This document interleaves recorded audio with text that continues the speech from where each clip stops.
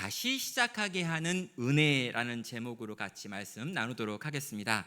나눔교회에 몇 번 와가지고 설교를 한 적도 있는데요. 이정규 목사가 쓴 회개를 사랑할 수 있을까라고 하는 제목의 책이 있습니다.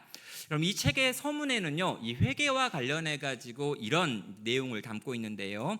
회개하라는 메시지를 달콤하고 아름답게 받아들일 수 있다면 얼마나 좋을까요? 이 책의 목표는 단 하나입니다. 성경이 가르치는 복음적 회개를 최대한 아름답게 묘사하여 독자가 회개를 사랑하게 만드는 것입니다. 사실 누구도 좋아하지 않는 정죄와 잔소리처럼만 들리는 회개하라는 메시지를 달콤하고 아름답게 들리게 하는 것이지요. 성경이 말하는 회개를 진지하고 정확하게 전달한다면 가능한 일이라고 봅니다 라고 이 책은 서문에서 이 책을 쓴 목적을 말하고 있습니다. 저는 오늘 회개라고 하는 주제를 살펴보려고 하는데요. 기독교에서 무언가 다시 시작한다라고 하는 것은 이 회개라고 하는 개념으로부터 분리할 수 없기 때문입니다. 그런데요, 이 회개라고 하는 말을 듣자마자 우리는 마음이 굉장히 무거워지고요. 실제로 이 단어를 별로 좋아하지 않는다라고 하는 걸 알게 됩니다. 나를 정죄하는 것처럼 들리고요. 잔소리처럼 들립니다. 내가 좋아하는 어떤 것들을 이제 더 이상 하지 마라고 말할 것 같은 두려움이 우리에게 있는 거죠. 그래서 이 회개라고 하는 것, 그래서 제 제목에도 회개를 안 넣습니다. 제목에 회개를 넣는 순간 이번 주는 빠져야지라고 생각할 분이 있기 때문인 거죠. 자, 그렇듯 우리가 회개를 싫어한다면 도대체 왜 그런가라고 할 때 저는 이 회개에 대한 잘못된 우리들의 오해가 있기 때문이다라고 생각을 합니다. 이 회개라고 하는 단어에는요, 4가지 핵심적인 요소가 있습니다. 첫 번째는 자기의 죄를 자각하는 거고요. 두 번째는 하나님께 돌아가는 것이고요. 세 번째는 삶이 변화되어야 한다라고 하는 부분이며, 네 번째는 은혜랑 믿음과 은혜라고 하는 요소가 반드시 회개 안에 포함이 되어 있습니다. 자, 이렇듯 중요한 개념들이 다 회개와 연결되어 있음에도 불구하고 우리가 회개를 좋아하지 않는 이유, 그 오해는 도대체 뭐가 있을까라고 말한다면 한 4가지 정도로 오해를 정리해 볼 수 있죠. 첫 번째는요, 회개를 단지 그냥 정서적인 반응이다라고 생각하시는 분들이 있습니다. 야, 너 이번에 수련회 가가지고 회개했어 라고 하는 말을 가서 울었냐 안 울었냐 라고 하는 말로 이해를 하는 거죠. 그래서 내가 많이 울었어, 엄마가 보고 싶어서. 그럼 회개한 느낌이 들고요. 그냥 가가지고 내가 죄를 책망받고 내가 뭔가 깨닫고 뭔가 생각을 했지만 나는 눈물이 나지 않았어, 나는 심각한 TJ여가지고 눈물 따위는 안 흘렸단 말이죠. 그건요, 회개와 다른 감정과 정서의 부분이지 회개를 의미하는 건 아니라고 하는 것입니다. 두 번째로요, 회개를 인간이 스스로 결단하고 노력해서 얻을 수 있는 것이다 라고 생각하는 분들도 있습니다. 내가 잘 생각해가지고 이러이러한 것들은 죄다 라고 판단을 한 다음에 이것들로부터 의지적으로 이제 벗어나야지 라고 생각하는, 인간이 하는 모든 작업을 회개다 라고 생각한다면 그 역시 잘못된 해석입니다. 회개는 하나님께서 우리에게 주시는 은혜의 결과이지 내가 만들어낼 수 있는 건 아니기 때문이죠. 또 어떤 분들은요, 약간 잘못된 이단적 가르침에 영향을 받은, 구원파의 영향을 받은 방식으로 회개를 이해합니다. 한 번 회개를 받으면 다시 받을 회개가 없다라고 생각을 하는 거죠. 구원을 받을 때 내가 이제 예수님을 믿지 않다가 예수님을 믿게 되어지는 그 찰나에 있는 단 한 번의 회개만 존재하지, 그 뒤로 성도가 또 뭔가를 회개한다라고 하는 건 잘못된 가르침이다라고 생각하는 분도 있습니다. 성경은요, 단번에 있는 딱 하나의 회개를 이야기하지만 그렇게 회개한 사람이 삶 속에서 끊임없이 반복적으로 또다시 회개하는 것들에 대해서 말하고 가르치고 있기 때문에 이 역시 잘못된 가르침입니다. 마지막으로요, 행동만 바꾸면 회개다라고 생각하는 분도 있습니다. 내 생각이나 마음이나 중심과 무관하게 내가 겉으로 드러나는 행동의 변화만 일어났다면 저 사람은 변화된 사람, 저 사람은 회개한 사람이라고 생각하는 오해인 거죠. 하나님은 우리의 중심을 보시기 때문에 겉으로 드러나는 행동뿐만 아니라 우리의 마음의 본성의 변화, 그것까지도 요구하신다라는 겁니다. 자, 우리는요, 이 회개를 사랑해야 합니다. 또 우리는요, 이 회개라고 하는 것이 얼마나 사랑스러운지에 대하여 말할 수 있어야 됩니다. 그런 의미에서요, 오늘 욥기 42편에 나와 있는 이 내용들을 통해 가지고 회개가 과연 무엇인지, 이 회개가 우리 가운데 일어날 수 있는 능력이 과연 어디서 오는 건지를 한번 정리해 보겠습니다. 자, 이 욥기라고 하는 책을 우리가 이제 살펴봐야 되는데요, 오늘 설교는 진짜 어렵습니다. 여러분 가운데 한 절반 정도가 잘 수 있다라고 하는 생각이 들 만큼 어렵고 심오하며, 이 설교를 여기서 안 들으면 평생 못 들을 가능성이 굉장히 큽니다. 한국 교회에서 시편 1편부터 42편을 한 번에 정리하는 설교는 국내에 딱 하나밖에 없습니다. 요 설교. 여러분, 욥기가 지금 42편이기 때문에 이 42편, 1편부터 42편이라고 하는 거대한 이야기의 마지막 부분을 저희가 다루려고 합니다. 그래서 42편 결론을 다루기 위해서 1장부터 41편에 있는 전체 내용을 정리하여야 이 결론을 도달할 수 있기 때문인 거죠. 저는요, 이 욥기 1장부터 41장까지의 내용을요, 세 가지 질문과 그 질문에 대한 대답으로 정리해 보도록 하겠습니다. 자, 욥기에는요, 가장 먼저 고난의 원인은 무엇입니까? 라고 하는 질문이 나옵니다. 욥이 계속해서 하나님께 묻고 있는 거고요, 또 하나님 편에서 대답하기를 원했던 거가 바로 요 질문인 거죠. 자, 이 첫 번째 질문 여기 두고요, 두 번째 질문으로 욥은 과연 입술로 죄짓지 않았는가라고 하는 질문을 던져보고요, 마지막 세 번째 질문으로 이 모든 이야기의 결론이 실제로 이 욥에게 문제를 해결해 주었는가라고 하는 질문 세 가지를 같이 풀어가는 방식으로 욥기 전반부를 정리해 보겠습니다. 자, 욥기 첫 번째 질문은요, 이 고난의 원인이 뭐냐라고 하는 질문입니다.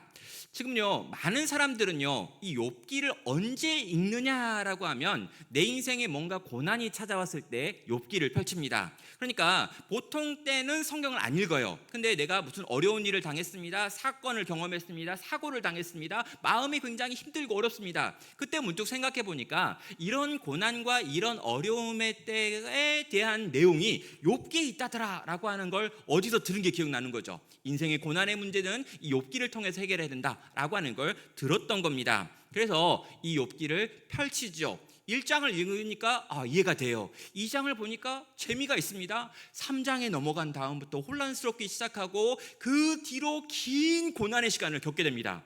그러니까 욥이 있고 욥의 새 친구가 나타나가지고 새 친구가 뭘 말하고 욥이 대답하고 또 말하고 또 대답하고 하는데 점점 더 머리가 혼란스러워지면서 내 머리가 고난당하기 시작하는 거죠. 인생의 고난의 문제를 해결하기 위해서, 인생의 고통의 문제의 원인을 찾기 위해서 욥기를 읽었다가 도대체 내가 지금 뭘 읽고 있는 건가 라고 하는 혼란에 빠지면서 더더욱 고난을 당하는 겁니다. 자, 그리고요, 이 욥의 친구들이 하고 있는 말을 들어봐도 굉장히 어렵습니다. 욥의 친구들 3명이 등장하고 마지막에 네 번째 엘리후라는 사람까지 4명이 등장하는데요, 이 4명의 사람들이 하는 말을 다 정리하면 요 한 문장으로 요약할 수 있습니다. 너도 모르는 죄를 지었다. 그리고 그 죄 때문에 이렇게 큰 고난을 당하는 거다. 그러니까 빨리 네가 지은 죄가 뭔지를 찾아내고 그 죄를 하나님께 아뢰어 회개하면 하나님이 널 용서해 주실 거야 라고 하는 게 이 세 친구와 엘리후가 했었던 말로 요약될 수 있습니다. 자, 이 이야기가 계속 반복되는 거예요. 그럼 몇 번만 이야기하면 끝날 것 같은데 이야기하고 이렇게 이야기하고 이렇게 이야기하고 하다가 42장까지 이 긴 대화가 연결되는 겁니다. 그래서 내 인생에 찾아온 고난의 문제를 원인을 찾아보려고 이 욥기를 읽으시는 대부분의 분들은 실망하게 되는 거죠. 자, 너의 고난의 이유는 이것이다. 그리고 이것을 이렇게 해결하면 문제가 풀릴 것이다 라고 하는 답을 찾으려고 욥기를 펼쳤다가 그것을 전혀 해결할 수 없다라고 하는 걸 깨닫게 되기 때문입니다. 자, 여러분, 인생이 경험하는 고난과 고통의 이야기들이 있습니다. 그렇다면 이 고통에 관하여, 이 고난의 문제에 대하여 하나님께서는 성경을 통해 우리 가운데 어떻게 말씀을 하실까요? 성경은요, 이 고난의 문제를 3가지 정도로 요약을 합니다.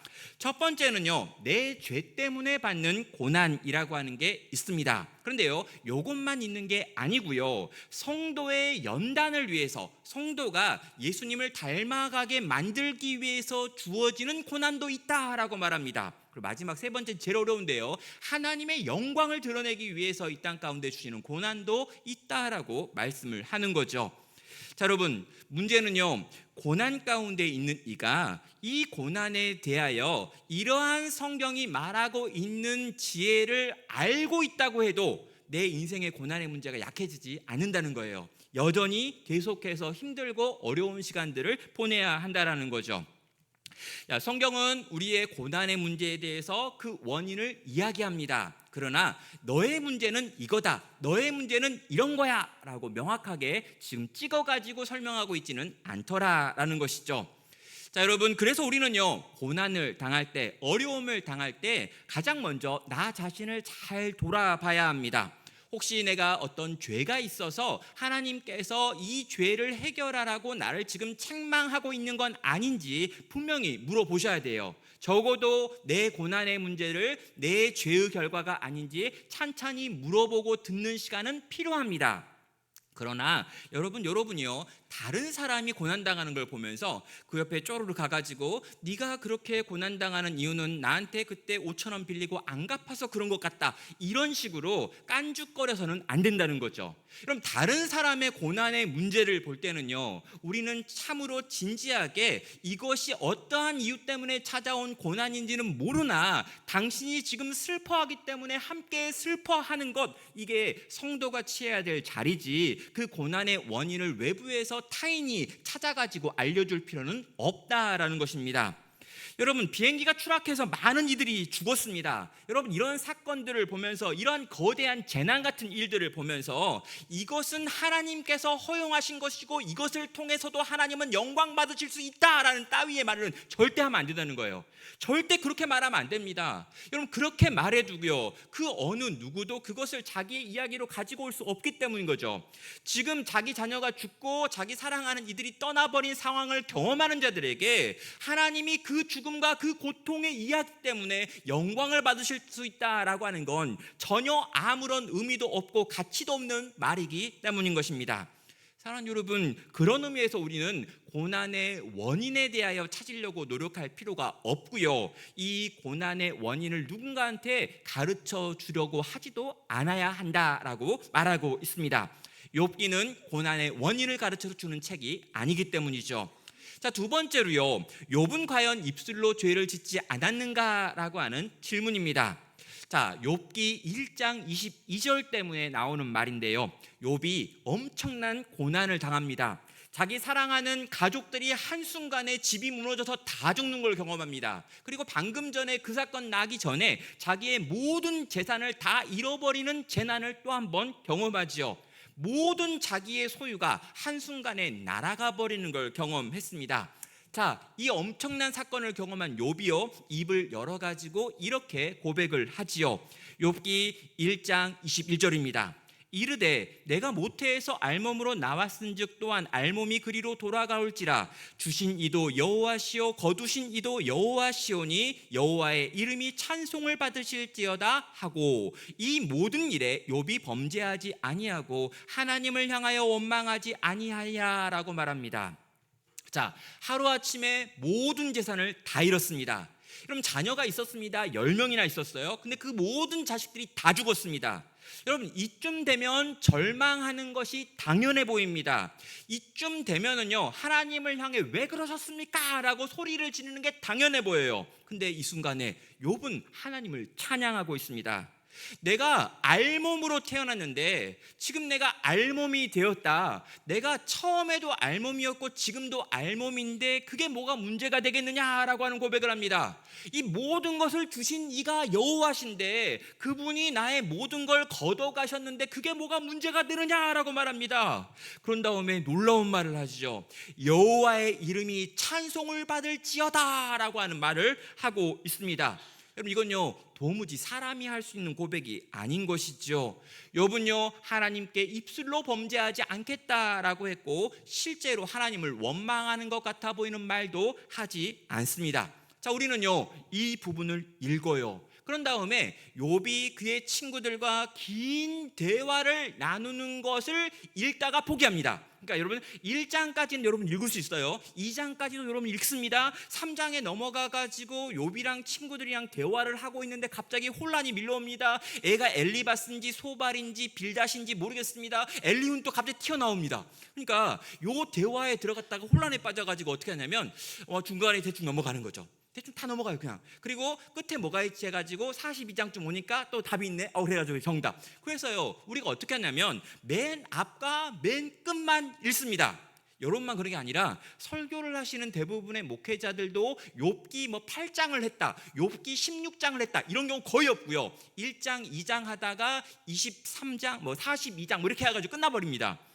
자, 그래서요 욥이 처음에 입술로 고백했던 요 찬양의 고백이 있고요. 그 다음에 결론에 가니까 와, 욥은 믿음이 진짜 좋았다. 이런 어려운 상황 가운데도 입술로 하나님께 범죄하지 않고 끝까지 원망하지 않고 믿음을 지켰기 때문에 하나님께서 42장에 있는 복을 다시 내리시는구나. 하나님이 찾아오셔가지고 그의 모든 소유를 2배가 되게 하시고 자녀들을 다시 또 그렇게 많이 낳게 만들었다라고 하는 결론에 도달하는 거죠. 욥은 놀라운 믿음을 가졌다, 하나님께 범죄하지 않았다, 그 결과 이러이러한 복을 받음으로 다시 회복될 수 있었다라고 하는 식의 결론에 도달을 하는 겁니다. 그러나 여러분이 욥기를 진지하게 한 번이라도 제대로 읽으셨다면 욥이 얼마나 하나님 앞에 건방진 말들을 쏟아내는지를 보게 됩니다. 그럼 다 언급하기 어려울 정도로 많은데요. 대표적으로 6장 4절, 9장 22절부터 24절, 13장 24절, 16장 7절부터 14절, 19장 6절부터 7절, 11절을 보면요 욥이 하나님을 얼마나 불신했는지, 그리고 하나님을 향해 얼마나 원망의 말들을 쏟아놓은지를 보게 됩니다. 이걸 받아 적으려고 하는 분들이 있는데 받아 적지 마시고 2개만 제가 소개하겠습니다.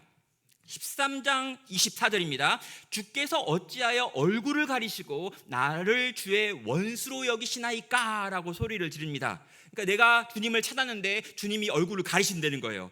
마치 나를 원수처럼 대우하시는 이유가 뭡니까? 이게 지금 이 욥이 하는 말입니다.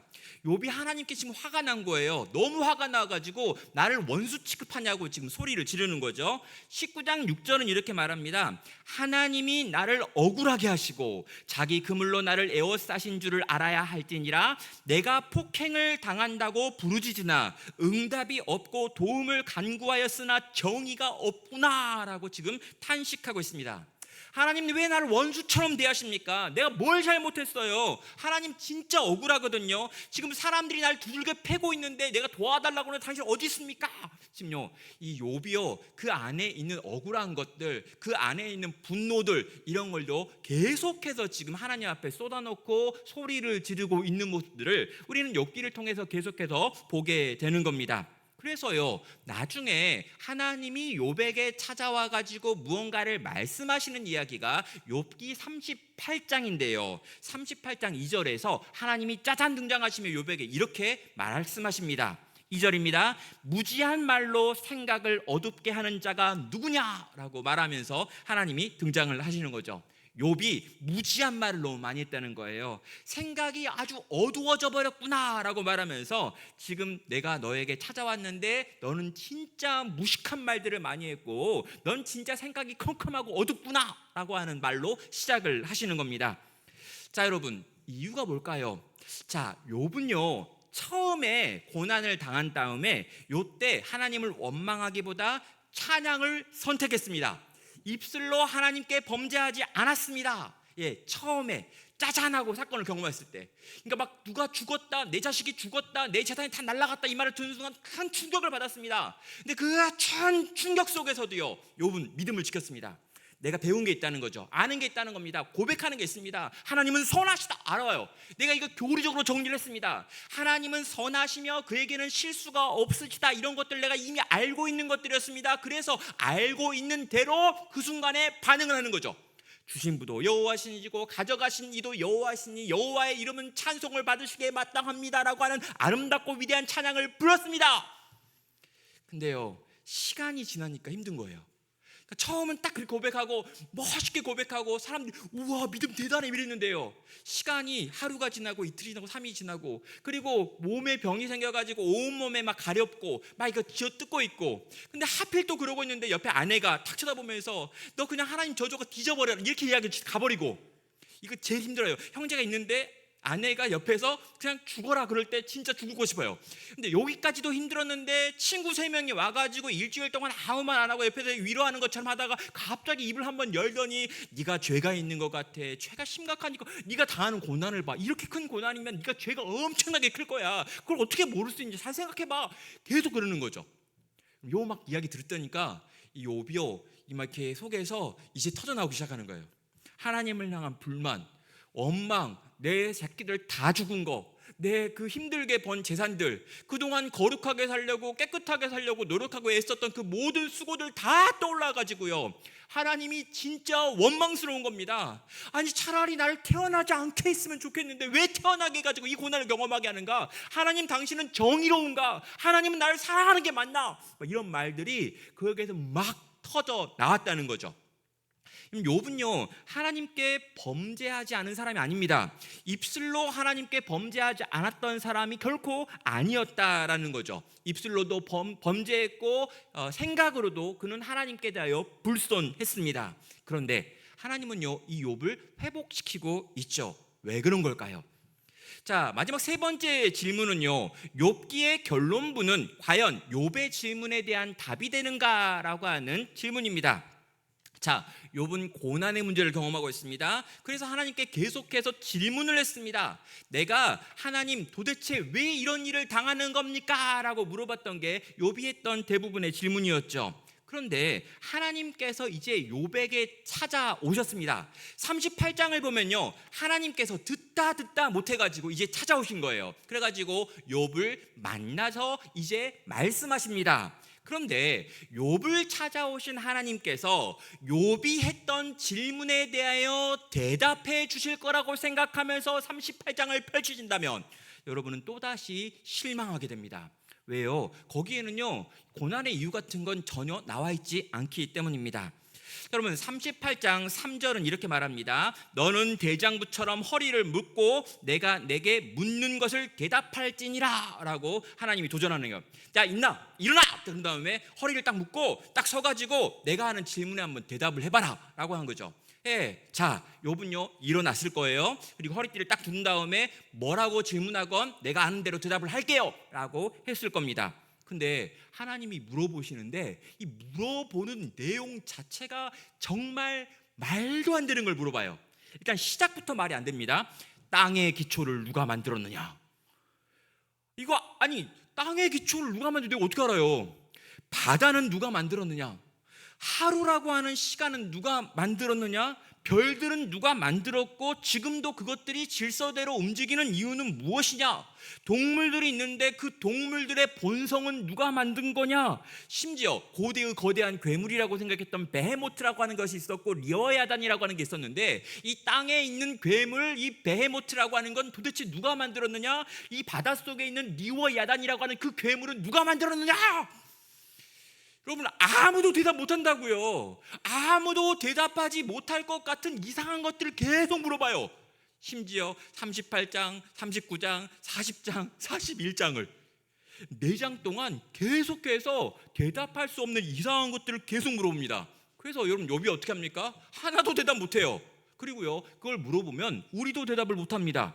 그럼 도무지 이해할 수 없는 하나님의 명령, 하나님의 이 질문들이 계속해서 쏟아지고 있습니다. 우리가 원했던 건 뭐냐면 욥이 했던 질문이에요. 왜 우리는 이렇게 고통당합니까? 그랬는데 갑자기 땅의 시작이 어떻게 되는지 아니? 바다는 어떻게 되는지, 저 괴물들은 어떻게 만들었을까? 전혀 이해할 수 없는 이상한 질문들만 쫙 하는 것으로 이야기가 끝나고 있습니다. 사랑하는 여러분, 그래서요 이 욥기를 우리가 아무리 열심히 읽고 반복해서 읽고 최선을 다해 읽어도 고통의 원인을 알 수 있는 방법은 없고 욥이 했던 질문에 대한 답도 욥기에는 없다라는 겁니다.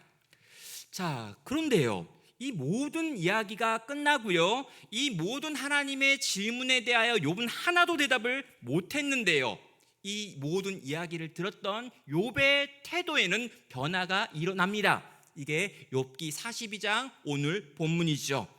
자, 욥이 하는 말을 보면은요 여기에 욥의 회개의 과정이 나와 있습니다. 첫 번째는요, 하나님에 대한 바른 이해가 시작되고요. 두 번째로 자기가 지은 죄에 대한 인정이라는 게 나타나고요. 세 번째로 자신의 생각과 방향을 바꾸겠다라고 하는 의지의 선언이 나오고 있습니다. 첫 번째로요, 하나님에 대한 바른 이해입니다. 여러분 2절은 말합니다. 주께서는 못하실 일이 없사오며 무슨 계획이든 못 이루실 것이 없는 줄 아오니라고 말합니다. 자, 욥은 하나님의 긴 질문에 대하여 대답합니다. 이 모든 질문에 대한 답은 오직 하나님 한 분만 알고 계십니다 라고 대답을 했다는 거죠. 주님이 땅의 시작을 알고 있습니다. 저 바다도 주님이 만드셨습니다. 저 괴물들도 주님이 만드셨고, 저 짐승들 속에 있는 본성도 다 주님이 만드셨습니다. 하늘의 별들도 주님이 만드셨고, 지금도 그 별들이 질서대로 움직이는 것도 다 주님이 붙들어서 그런 겁니다. 결론은 다 당신이 만드신 것이고 당신이 진행하는 것입니다 라고 하는 고백입니다. 근데 여러분, 이 고백이 되게 중요한 고백이죠. 뭐라고 그러냐면요, 나는 피조물이고 당신은 창조주입니다. 나랑 당신은 전혀 다른 존재이군요. 나는 당신께 뭔가 억울해가지고 이렇게 소리를 질렀지만 당신은 그것에 대하여 대답할 만한 필요를 느끼지 않을 만큼 높이 계신 분, 위에 계신 분, 크신 분, 위대하신 분이시군요 라고 하는 고백이 지금 욥이 하고 있는 하나님에 대한 새로운 깨달음에서 나온 고백이 되는 겁니다. 하나님 당신은 창조주이시군요. 하나님 당신은 지금도 온 땅을 통치하고 움직이고 계시는군요. 하나님은 위대한 계획을 가지시고 그 계획을 하나하나 성취해 가시는 분이시군요. 당신은 늘 옳으시군요 라고 지금 그는 고백을 한다라는 거죠. 내가 옳은 줄 알았습니다. 내가 맞다고 생각했습니다. 내가 지금 정의롭다고 생각했고 이게 공평하다, 공정하다라고 생각했습니다. 그래서 하나님을 원망했던 거예요. 근데 하나님에 대하여 생각해 보니까 하나님이 틀릴 리가 없고 하나님이 잘못될 리가 없고 하나님은 늘 선했던 분이고 하나님이 지금도 온 우주를 통치하고 계시다는 거죠. 이 고백이 회개하는 사람들이 갖게 되어지는 첫 번째 고백입니다. 하나님이 어떤 분이신 줄 아는 거죠. 그분이 얼마나 아름다운 분인 줄 아는 겁니다. 그분이 얼마나 선하신지를 아는 겁니다. 그 하나님을 아는 지식에서 우리의 회개가 시작되는 거죠. 자, 두 번째로요, 그는 자기의 죄를 인정하고 있습니다. 그럼 3절은 말합니다. 무지한 말로 이치를 가리는 자가 누구니까? 나는 깨닫지도 못한 일을 말하였고 스스로 알 수도 없고 헤아리기도 어려운 일을 말하였나이다 라고 고백을 합니다.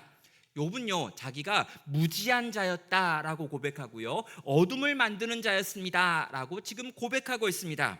이 말이 어디서 나옵니까? 여러분, 하나님께서 처음 등장해가지고 욥한테 말을 하기 전에 38장 2절에서 무지한 말로 생각을 어둡게 하는 자가 누구냐라고 하는 질문으로 시작했기 때문에 바로 내가 그 사람입니다 라고 하는 대답이 욥이 하고 있는 3절의 고백이 됩니다. 솔직하게 나는 하나님 앞에서 교만했다는 거예요. 솔직하게 나는 하나님을 원망했다라는 것입니다. 하나님의 정의가 나의 정의보다 못하다고 생각을 했고, 그래서 하나님을 향해 그렇게 소리를 질렀고 부르짖었고 분노했고 원망했다라고 자기 자신의 죄를 고백하는 것이죠. 깨닫지 못한 일들을 말했다라고 말합니다. 절대 알 수 없는 영역이 있는데 그 영역을 내가 아는 것처럼 말하는 무지한 자가 바로 나였고 어두운 자, 캄캄한 자가 바로 나였습니다 라고 그는 고백을 하는 거죠. 사랑하는 성도 여러분, 회개에는요 반드시 자기의 죄를 깨닫는 일이 있어야 합니다. 자기의 죄를 인정해야 합니다. 여러분, 무조건 하나님께 용서해달라고 비는 것, 이게 아닙니다. 여러분, 내가 도대체 무슨 잘못을 했는지 명확하게 알고 그 아는 지식의 근거에서 이걸 더 이상 하지 않겠습니다, 그게 죄였군요라고 말해야죠.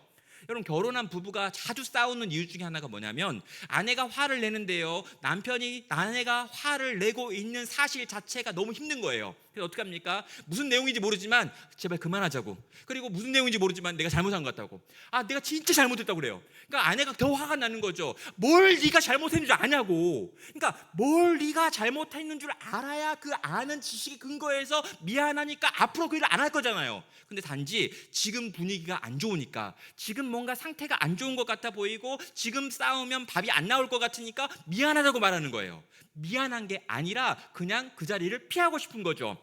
그럼 하나님도 마찬가지입니다. 네가 지금 무슨 죄를 짓고 있는지, 어떤 죄를 지었는지, 뭐가 나한테 잘못한 건지에 대하여 하나님은 명확하게 알게 만드시고요, 그걸 깨달아야지만 그걸 가지고 하나님께 나와 회개할 수 있다는 것입니다. 자기의 죄에 대해서 바르게 알고 인정하는 것, 이게 회개의 두 번째 단계였죠. 자, 마지막 단계가 무엇입니까? 자기의 생각과 방향을 바꾸겠다고 결단하는 단계입니다. 4절입니다. 내가 말하겠사오니 주는 들으시고 내가 주께 묻겠사오니 주여 내게 알게 하옵소서라고 욥은 마지막에 고백을 합니다. 여러분, 이 표현은요, 이미 13장 22절에서 친구들과 대화할 때 있었던 표현입니다. 그러니까 거의 똑같은 표현으로 지금 말하고 있어요. 근데 여러분, 13장 22절의 이 느낌과 42장 4절의 느낌은 완전히 다릅니다. 어떻게 다르냐고요? 이전에는 뭐라고 하냐면, 내가 말하겠사오니 주는 들으시오, 내가 주께 물을 텐데 대답 좀 해봐 라고 이야기한 거예요. 그러니까 하나님께 뭔가를 막 소리 지르면서 뭔가 좀 대답을 해보라고, 내가 이렇게나 잘났는데 왜 나한테 대답 안 하냐고 지금 화를 내고 있는 맥락에서 외쳤어요. 근데 하나님이 찾아오시고 하나님과 대화를 나눴습니다. 그런 다음에 똑같은 말을 하는데 그 말의 태도는 전혀 다른 거죠. 내가 말하겠사오니 주는 들어주십시오. 내가 주께 묻겠사오니 주는 나로 하여금 알게 해주십시오. 이거 뭐냐면요, 무릎을 꿇은 거예요. 정말 엎드린 겁니다. 내가 이제 주님이 찾아오셨으니까 찾아오신 주님한테 진짜 알고 싶다고, 진짜 배우고 싶다고, 이 상황 이 순간에 나는 과연 어떻게 해야 되는지, 뭘 해야 되는지 정말 듣고 싶다고 하나님께 나아가 간구하는 겸손한 태도를 회복했다는 것입니다. 주님이 내게 말씀하시면 그대로 하겠습니다. 주님이 내게 원하시는 대로 그렇게 내가 나를 바꾸겠습니다. 내가 얼마나 죄를 가지고 있는지, 얼마나 교만한 자였는지, 얼마나 무지막지한 인간이었는지 이제 알게 되었으니까 이제 내가 어떻게 해야 되는지 제발 좀 알려달라고 하나님께 나아가 구하는 간구의 태도로 바뀌어 있다는 것이죠.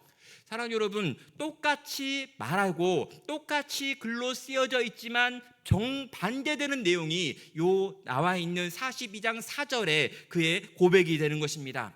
성도 여러분, 죄가 무엇인 줄 알았습니다. 하나님이 어떤 분인 줄 알았습니다. 그렇다면 하나님께 물어야 되는 거죠. 하나님, 그래서 나는 이제 어떻게 해야 합니까? 하나님이 뭐라고 말씀하신 건 간에 내가 할 수 있는 순종으로 반응하겠습니다 라고 하는 의지와 행동의 변화라고 하는 것이 회개의 세 번째 요소가 된다는 거죠.